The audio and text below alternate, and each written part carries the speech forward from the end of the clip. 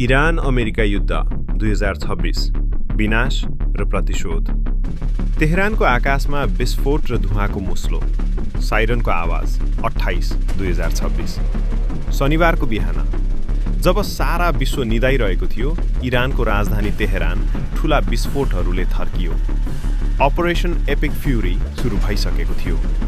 America र इजरायलले संयुक्त रूपमा इरानमाथि इतिहासकै भीषण आक्रमण गरे।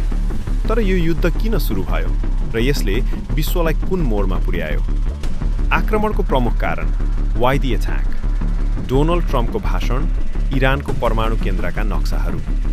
ट्रम्प प्रशासनका अनुसार यो आक्रमणको मुख्य उद्देश्य इरानलाई परमाणु बम बनाउनबाट रोक्नु थियो।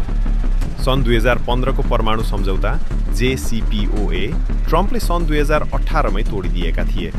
त्यसपछि इरानले युरेनियम सम्वर्धनलाई तीव्र बनायो।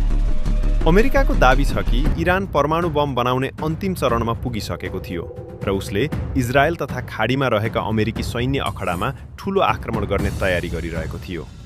त्यो भयानक रात र खामेनीको मृत्यु, द टार्गेट खामेनी, मिसाइल प्रहार भएको फुटेज, सर्वोच्च नेता खामेनीको तस्बिर। स्थानीय समयअनुसार बिहानको 2:15, नेपालमा त्यति बेला बिहानको करिब 4:30 बज्दै थियो। अमेरिकी र इजरायली बङ्कर बस्टर मिसाइलहरूले तेहरान स्थित सर्वोच्च नेता आयतुल्लाह अली खामेनीको निवासलाई निशाना बनाए।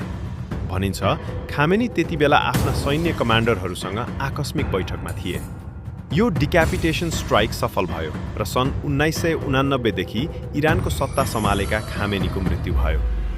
इरानको प्रतिशोध र खाडी राष्ट्रमा असर, द काउन्टर अट्याक। दुबई र कतारको आकाशमा उडिरहेका मिसाइल, विमानस्थलमा अलपत्र यात्री। आफ्नो नेताको मृत्युपछि इरान चुप बसेन। उसले क्रसिङ रेस्पोन्स सुरु गर्यो। इरानले कतारको अल उदैद एयरबेस, बहराइनको अमेरिकी नौसैनिक अखडा र UAE का रणनीतिक ठाउँहरूमा सयौं मिसाइल र ड्रोन प्रहार गर्यो। यसले गर्दा दुबई, अबुधाबी र दोहाका विमानस्थलहरू बन्द भए। खाडीमा रहेका लाखौं नेपाली कामदारहरू अहिले त्रासको छायामा बाँचिरहेका छन्। इतिहासको ऐना, हिस्ट्री अफ कन्फ्लिक्ट।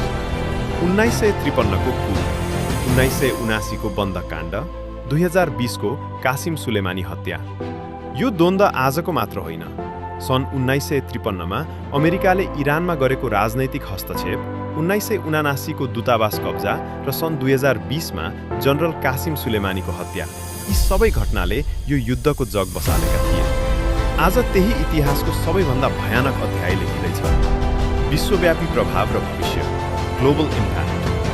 बढ्दो तेलको मूल्य, शेयर बजारको गिरावट, रोइरहेका सर्वसाधारण। यो युद्धले विश्व अर्थतन्त्रलाई हल्लाइदिएको छ।